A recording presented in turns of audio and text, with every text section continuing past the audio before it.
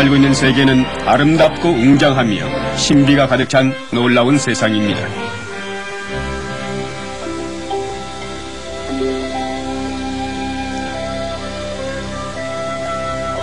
그러나 무엇보다도 더 놀라운 것은 사람 자신일 것입니다.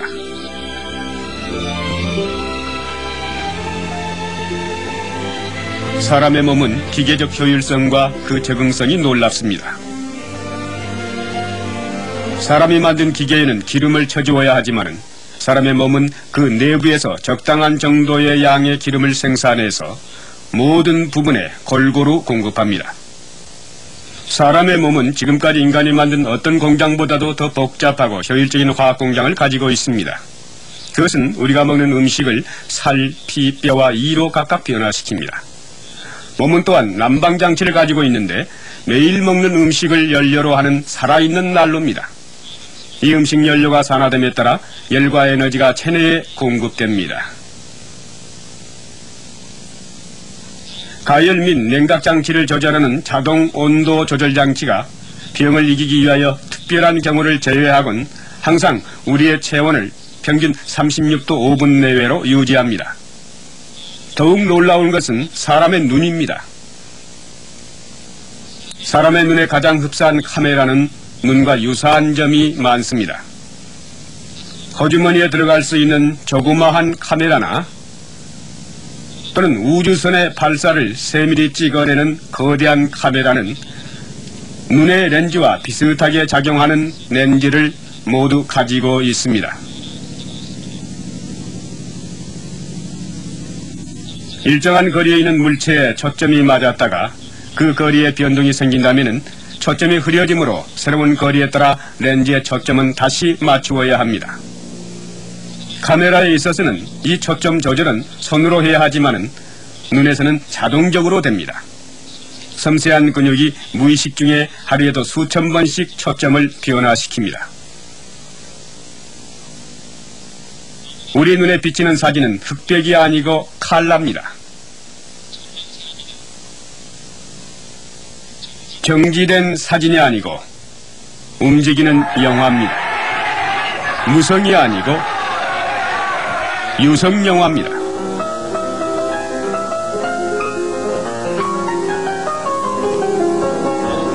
여러분이 듣는 음악은 귀 속에 있는 기관이 조그마하고 완전한 악기로서 다시 연주된다는 사실을 아십니까? 우리는 피아노가 소리를 낸다고 생각합니다. 물론 어떤 의미에서는 그렇습니다. 그러나 실제로 피아노는 죽은 송장처럼 소리를 안 냅니다. 다만 공기를 진동시킬 뿐입니다. 피아노의 건반을 치면 헬트해머가 줄을 때려 각각 진동수대로 진동을 일으킵니다. 진동을 일으킨 줄은 각각 진동수대로 공기를 또한 진동시킵니다. 이 공기 진동은 외위로 전해지고 이도를 거쳐 중위의 연결기관을 통과하여 와우각이라는 곳에 이르는데 그것은 소라 껍질 모양으로 말려 있습니다. 만일 와우각을 펼칠 수 있다면 피아노와 비슷한 악기를 찾아볼 수 있겠지만은 피아노보다 훨씬 복잡하고 훌륭합니다. 귀는 24,000개의 악선을 가지고 있습니다. 피아노가 연주되면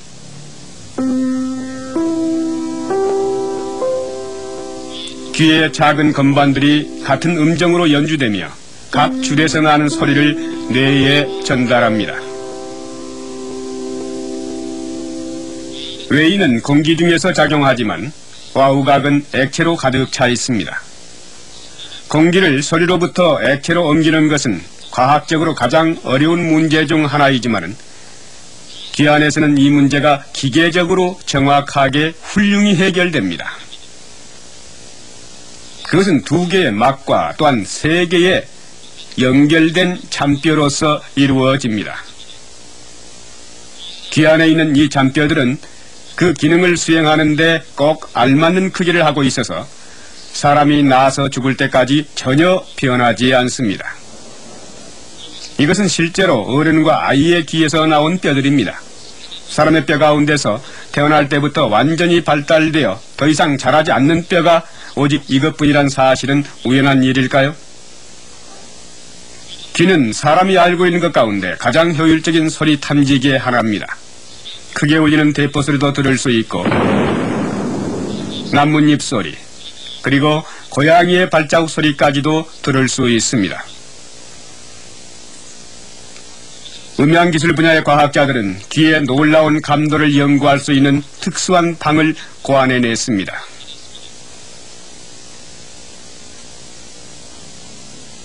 특수 제품의 벽은 잡음을 흡수합니다.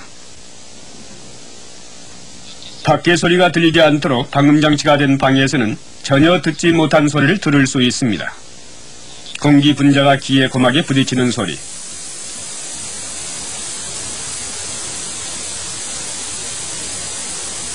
심장이 갈비뼈를 밀어치는 소리,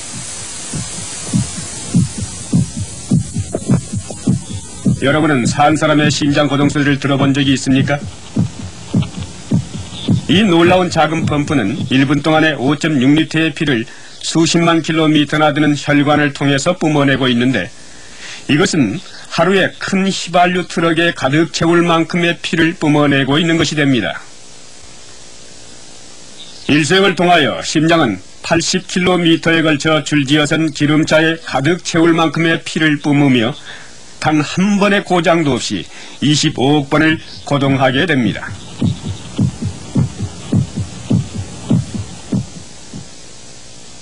여러분은 편지를 전하는 비둘기의 머리 안에 무엇이 일어나고 있는가를 생각해 보신 적이 있으십니까? 그 조그마한 머리 속에 사람이 아직도 해결하지 못한 비밀이 숨어 있습니다. 비둘기가 집에서 멀리 떨어진 공중에서 몇 분 동안 오늘 그리다가 어떤 신비한 방법으로 방위를 잡고 낯선 곳의 그 먼 거리를 곧장 날아 집으로 돌아오는 비결 말입니다. 비둘기가 집으로 돌아오는 이상한 능력 때문에 비둘기 기르는 것이 대중적 취미가 됐습니다. 어린 비둘기가 날 수 있게 되면은 곧 집을 떠나 나는 훈련을 시킵니다. 운동선수와 마찬가지로 비둘기도 오랜 기간 강훈련으로 숙련과 인내력을 길러야 합니다. 다음은 800km의 경주가 시작됩니다.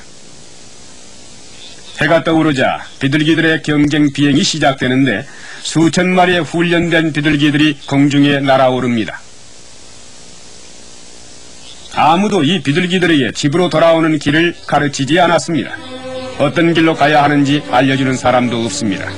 그럼에도 불구하고 비둘기들은 수백 킬로미터의 낯선 곳을 날아 마침내 집으로 돌아오는데 돌아오는 시각까지 정확하게 예언할 수 있습니다.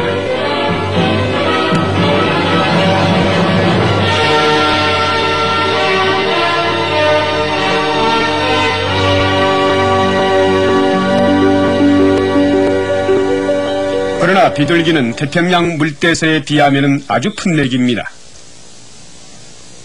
물대새는 동부 시베리아와 알라스카에서 서식하지만 하와이 제도에서 겨울을 납니다. 늦은 여름에 다자란 물대새들은 3,200km의 바다를 건너 긴 2주 여행을 합니다. 먹이나 휴식을 위해서 머무는 일 없이 새들은 어김없이 넓은 태평양상의 이 조그마한 섬으로 모여듭니다. 어린 것은 여행할 수 없기 때문에 집에 남습니다. 그러나 여러 주가 지난 후에 날 수 있게 되면은 곧 2주 여행을 할 충동을 느껴 한 번도 가보지 못한 목적지를 향해서 떠나게 됩니다. 목적지까지 물대새들은 한 번도 다녀보지 못한 길을 3,200km나 날아야 합니다. 그와 함께 가는 새들도 물론 길을 알지 못합니다. 그 새들도 여행을 해본 일이 없습니다. 그런데 무엇이 물대새로 하여금 보지 못하는 곳으로 떠나게 하는 것일까요? 만일 물대새가 길을 잃어 섬을 찾지 못한다면 어떻게 될까요? 최신의 항공기가 항로를 바로잡기 위하여 매우 복잡한 계기가 필요하며 많은 장비와 고도로 훈련된 비행사들과 기술자들을 상주시켜야 합니다.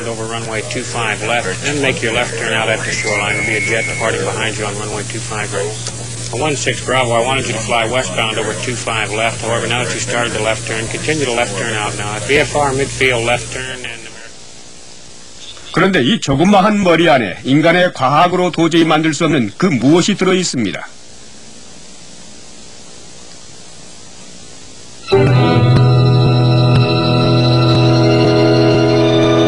무엇일까요? 악몽 가운데 나타나는 것일까요? 네, 만일 박쥐의 꿈을 꾼다면 말입니다. 박쥐는 신비한 동물입니다. 유일하게 날아다니는 포유동물입니다. 다른 포유동물처럼 박쥐는 새끼를 낳고 젖을 빨립니다. 이곳은 전형적인 박쥐의 서식처입니다. 박쥐만이 여기서 안식을 느낍니다. 집값도 적당하고 이런 것도 찾기 쉽지 않습니다. 그러나 과학자들은 박쥐의 서식처를 찾는데 오랜 시간을 소비합니다. 과학자들의 관심은 박쥐의 놀라운 비행 능력에 있습니다. 우리의 직원들이 박쥐를 잡는데 그것은 실험실에서 더욱 자세히 연구하기 위해서입니다.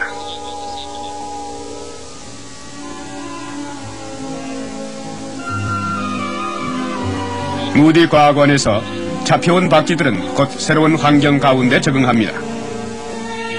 미키는 우리가 발견할 때 고아였지만 곧 실험실의 귀염둥이가 됐습니다. 그는 먹이에 대하여 제 나름대로의 생각을 가지고 있기 때문에 우유병도 크게 그의 관심을 끌지 못했습니다. 그러나 얼마 안 가서 미키는 우유병과 친숙하게 됐습니다. 며칠 동안에 미키와 우유병은 서로 뗄 수 없는 사이가 되고 말았습니다.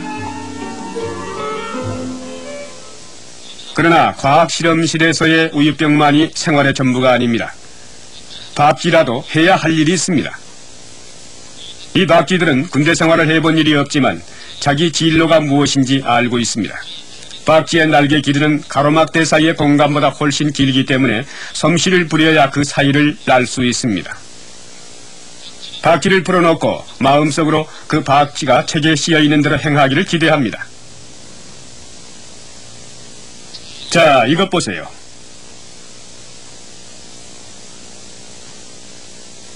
박쥐는 장님이 아닙니다. 눈이 있어 볼 수 있습니다. 그러나 박쥐가 장애물을 피할 수 있는 열쇠는 그가 볼 수 있기 때문이 아닙니다. 그것을 증명하기 위해서 박쥐의 눈을 가리고 다른 실험을 해봅시다. 눈가림을 하고서도 그는 먼저번과 같이 장애물을 기술적으로 잘 피합니다. 그런데 어떻게 그렇게 할 수 있을까요? 과학이 알아낸 바로는 박쥐가 날면서 이상한 소리를 낸다는 것입니다. 보통 마이크로소는 그 소리를 잡을 수 없고 사람 귀의 가청 범위를 훨씬 넘습니다. 그러나 이 박쥐를 위해서 매초 32,000 사이클에 맞춘 특수 고주파 앰프를 사용하면 들리지 않는 박쥐의 소리를 들을 수 있게 됩니다.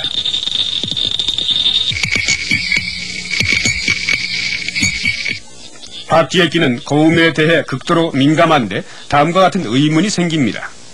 박쥐 자신이 내는 소리가 비행을 인도하는 신호가 아니겠는가 하는 것입니다. 그러면 박쥐의 입을 묶어 소리를 못 내게 하고 어떤 일이 생기는지 보십시오.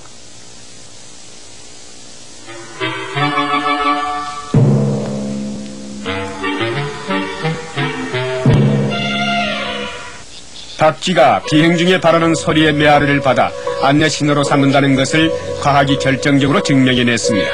그것은 일종의 레이더입니다. 사람이 만든 레이더는 많은 무게의 장비와 그것을 다루는 많은 인원이 필요합니다. 그러나 박쥐의 그 놀라운 레이더를 조그마한 머리에 담고 다닙니다. 그 레이더는 동굴 속 암흑을 안전하게 인도하고 그 어둠 속에 있는 장애물과 충돌하는 것을 피하게 하며 함께 나는 다른 박쥐들과 서로 마주치지 않게 해줍니다. 박쥐는 어디서 이와 같이 놀라운 장비를 얻었을까요? 틀림없이 그것은 한 지능적 계획의 일부분일 것입니다. 그러면 누구의 지능이겠습니까? 박쥐의 지능일까요?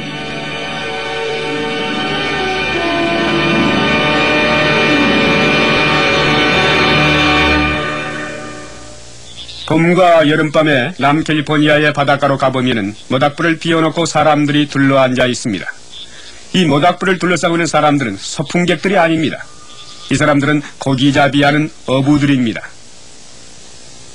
이제 여기에 고함 소리가 들립니다. 어이, 그러니원이다. 빨리 와봐요. 그러자 그들은 아주 기이한 일을 하려고 모입니다. 고기잡이 낚시줄은 어디 있죠? 장대나 그물도 없이 고기를 잡을 수 있을까요? 여러분도 잡을 수 있을까요?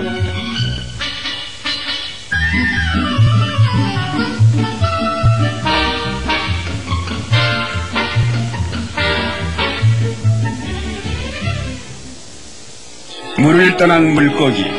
네, 이 물고기들은 우연히 물에서 해안으로 올라온 것이 아닙니다. 그들은 육지에 알을 낳기 위해서 물에서 일부러 올라온 것입니다. 세계에서 육지에 알을 낳는 물고기는 이것뿐입니다. 육지에 알을 낳는 물고기, 생물계 현상 가운데서 가장 희귀한 일입니다. 아주 특이한 현상이므로 남캘리포니아 해안 몇 군데를 빼놓고 다른 곳에서는 볼 수 없습니다.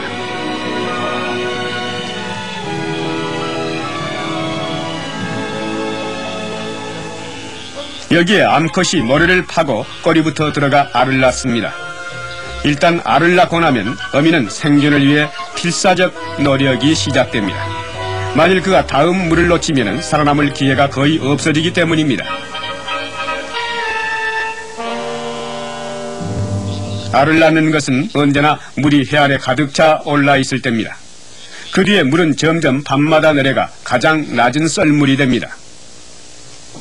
그렇게 되면 알은 물가에서 수십 미터나 멀리 떨어지게 되며 고기가 살기 위해 필요한 장소에서 가장 멀어지게 됩니다.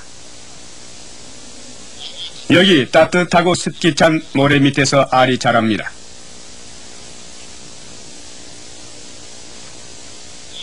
이곳 실험실 현미경 사진부에서는 정상적으로 모래 밑에서 일어나는 부화 과정을 관찰 연구합니다. 이 알들은 불과 몇 초 전에 나온 것인데 그중 하나를 관찰 연구해 보겠습니다.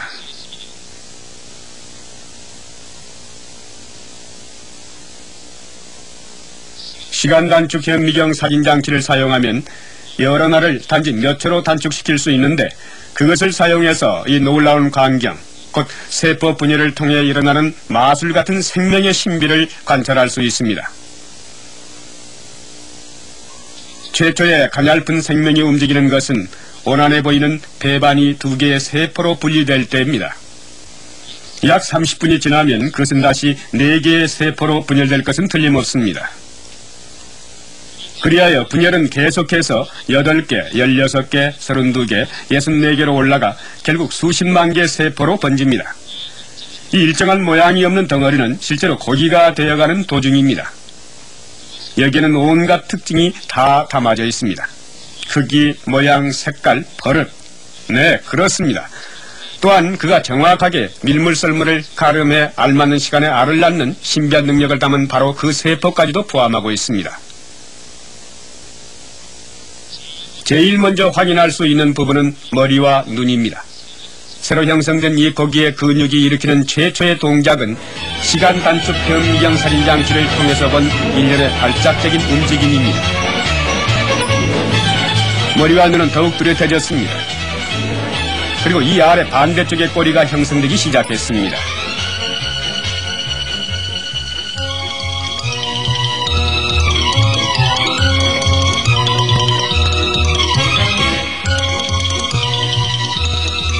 성장 과정에서 이 시기가 되면 새끼 고기는 나흘이 지난 것입니다.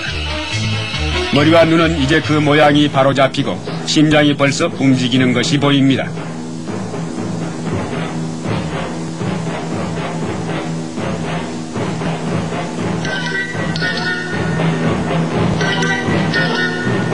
(8일) 내지 (10일이) 지나면 알이 부화할 수 있게 됩니다.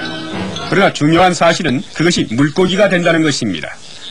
만일 알이 물에서 멀리 떨어진 모래 밑에서 부화한다면 도저히 살아날 기회가 없습니다. 그러나 그로니온의 알은 물이 들어올 때까지는 결코 부화하지 않고 있다가 물이 들어오면 즉각 부화합니다. 이 알들은 모래 밑에 며칠 혹은 몇 달을 두더라도 부화하지 않습니다. 그러나 여기에 소금물을 좀 부으면 어떤 일이 생기는가 봅시다.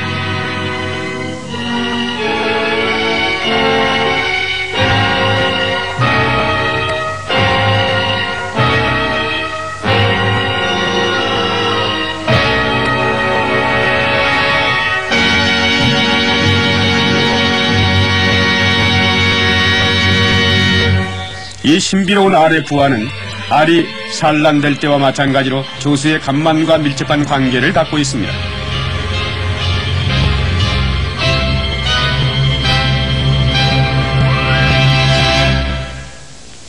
만일 만조가 되기 전 어느 날 밤 알을 낳았다고 생각해 보십시오. 다음에 닥쳐오는 민물 때문에 다 씻겨져서 적들의 밥이 되고 말 것입니다. 또한 만조가 된 뒤에 지나치게 오래 있다가 알을 낳는다면 그것 또한 완전히 발육할 기회를 갖지 못한 채 다음 밀물에 씻겨버릴 것입니다.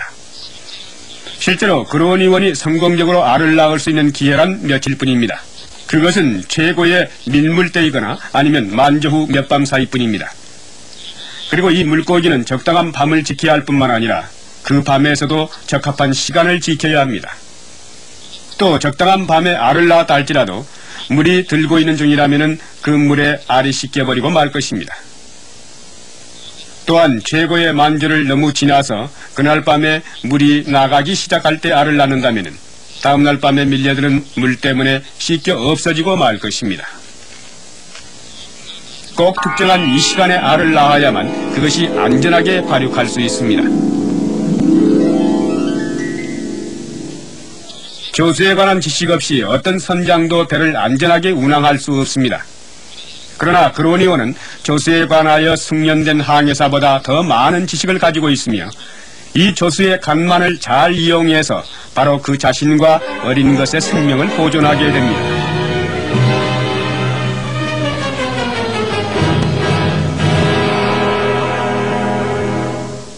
여러분은 어릴 때 채소밭에서 한 일을 기억하십니까? 씨를 뿌린 후 조심스럽게 그것을 흙으로 덮고 식물이 땅에서 이와 같이 불쑥 솟아올라오기를 기대했죠. 그러나 일은 그와 같이 안 됐을 겁니다. 여러분이 기다리는 동안 이렇게 생각했을 겁니다.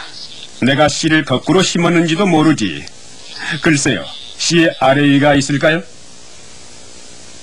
콩을 까보면 배아의 뿌리가 일정한 방향을 가리키고 있음을 볼 수가 있습니다. 이것이 성장 방향을 정합니다. 그러므로 씨를 거꾸로 심는다는 일은 있을 수가 있습니다. 그러나 씨를 땅속에 어떻게 심더라도 식물은 언제나 정상적으로 자라납니다. 우리가 자라는 씨를 방해하려 해도 그렇게 되지 않습니다. 뿌리는 어떻게 하든 방향을 아래로 돌려 자라게 됩니다. 이래 싹은 위로 자라 올라가게 되는데 위쪽에 빛이 있기 때문입니다. 그러나 만일 위쪽에 빛을 찾을 수 없다면 어느 쪽이든 빛이 있는 쪽으로 자라게 되는데 심지어는 빛 쪽으로 가기 위하여 방향을 바꾸어 조그마한 구멍을 통과하는 일까지도 합니다.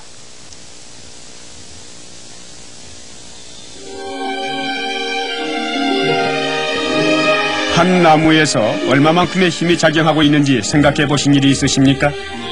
이 나무는 아마 세계에서 제일 오래된 식물일 것입니다. 예수님이 탄생하셨을 때 이 나무는 벌써 2000년이 돼 있었습니다. 약 4000여 동안 이 나무는 날마다 10톤씩의 물을 꼭대기까지 빨아 올렸는데 도합 1조 5천만 미터 킬로그램 이상의 일을 한 것이 됩니다. 생명의 신비된 증량할 수 없는 어떤 힘이 있다는 것은 확실합니다. 그러나 그것은 맹목적이고 비인격적인 힘일까요?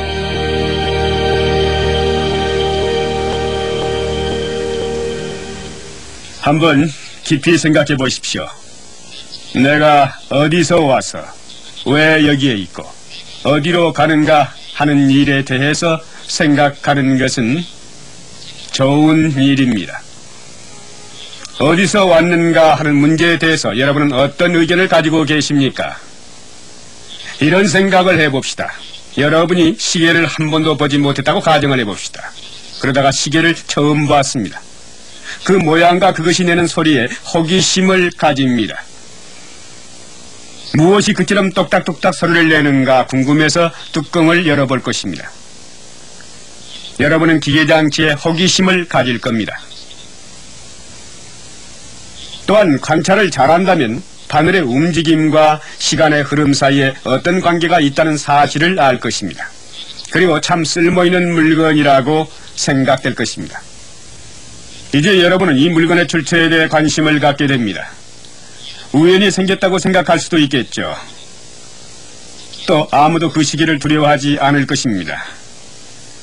시계 각 분야의 원자와 분자들이 우연히 합해진 것이라고 주장할런지도 모릅니다. 그러나 누군가가 그 부속을 만들었으며 어떤 목적이 있어서 그 부속들을 합했다는 것은 매우 당연하죠. 그러면 자동적으로 조절되는 눈은 어떻게 된 것일까요? 또한 사람의 귀 안에 있는 조그마한 악기는 또 어떻게 된 걸까요? 무한한 작업 능력을 가진 심장은 어떻습니까? 그리고 레이더 마술을 가진 박쥐는요? 이 모두가 맹목적인 우연의 산물일까요? 이 문제를 다루는데 꼭 두 가지의 견해가 있음을 아셨을 겁니다. 이 모두가 우연이냐 아니면 일정한 계획에서 나온 것이냐 하는 것입니다. 여러분은 그거야 뭐 아무렇게나 생각하면 어때? 대수롭지 않게 생각할 수도 있으며 반대로 이것이야말로 여러분의 생애를 좌우하는 아주 중요한 문제로 여길 수 있고요. 그러나 그것이 여러분의 생각과 생활을 결정합니다. 요컨대 사람이 만일 그저 우연히 생긴 것이라면 사람은 스스로가 택하여 짊어지는 책임 외에는 아무런 책임이 없습니다. 근본적인 욕구 외에는 법이 있을 수 없으며 궁극적인 선과 악이 없습니다. 사람들이 그와 같은 생활 철학을 가진다면 그 결과는 혼란밖에 없습니다. 그러나 그와 반대로 계획이 있고 계획자가 있다고 합시다. 설계와 설계자가 있다면 말입니다. 즉 하나님이 계신다면 말이죠. 하나님을 믿는다는 것은 어려운 일이 아닙니다. 세상에서 제일 간단하고 이치에 합당한 일입니다. 어떤 사람들은 엇갈리는 일을 함으로써 혼란에 빠집니다. 그 사람들은 꼭 일을 너무나 어렵게 만들려 하고 있습니다. 어떤 사람들은 시계의 주인이 누구냐는 것을 가지고 문제를 복잡하게 만듭니다. 다시 말하면 하나님을 믿는 데는 책임이 따르는데 그들은 책임을 원하지 않습니다. 선악을 말해주는 것뿐만 아니라 자기를 만드신 하나님의 말씀까지도 듣기를 원하지 않습니다. 많은 사람들이 하나님이 안 계신 것처럼 행동하고 있어 세계가 혼란 속에 빠지게 되며 사람들이 믿지 않음으로 일어나는 오늘날의 결과를 볼 때 세계 전체나 나 개인으로 볼 때 유일한 소망은 하나님에 대한 믿음뿐이라고 말할 수 있습니다. 단지 어떤 최고의 존재, 어떤 위대한 힘이 아니라 우리를 사랑하사 우리에게 구원의 길을 열어주신 인격적인 하나님을 믿는 것뿐입니다. 하나님이 세상을 이처럼 사랑하사 독생자를 주셨으니 이는 저를 믿는 자마다 멸망치 않고 영생을 얻게 하려 하심이니라.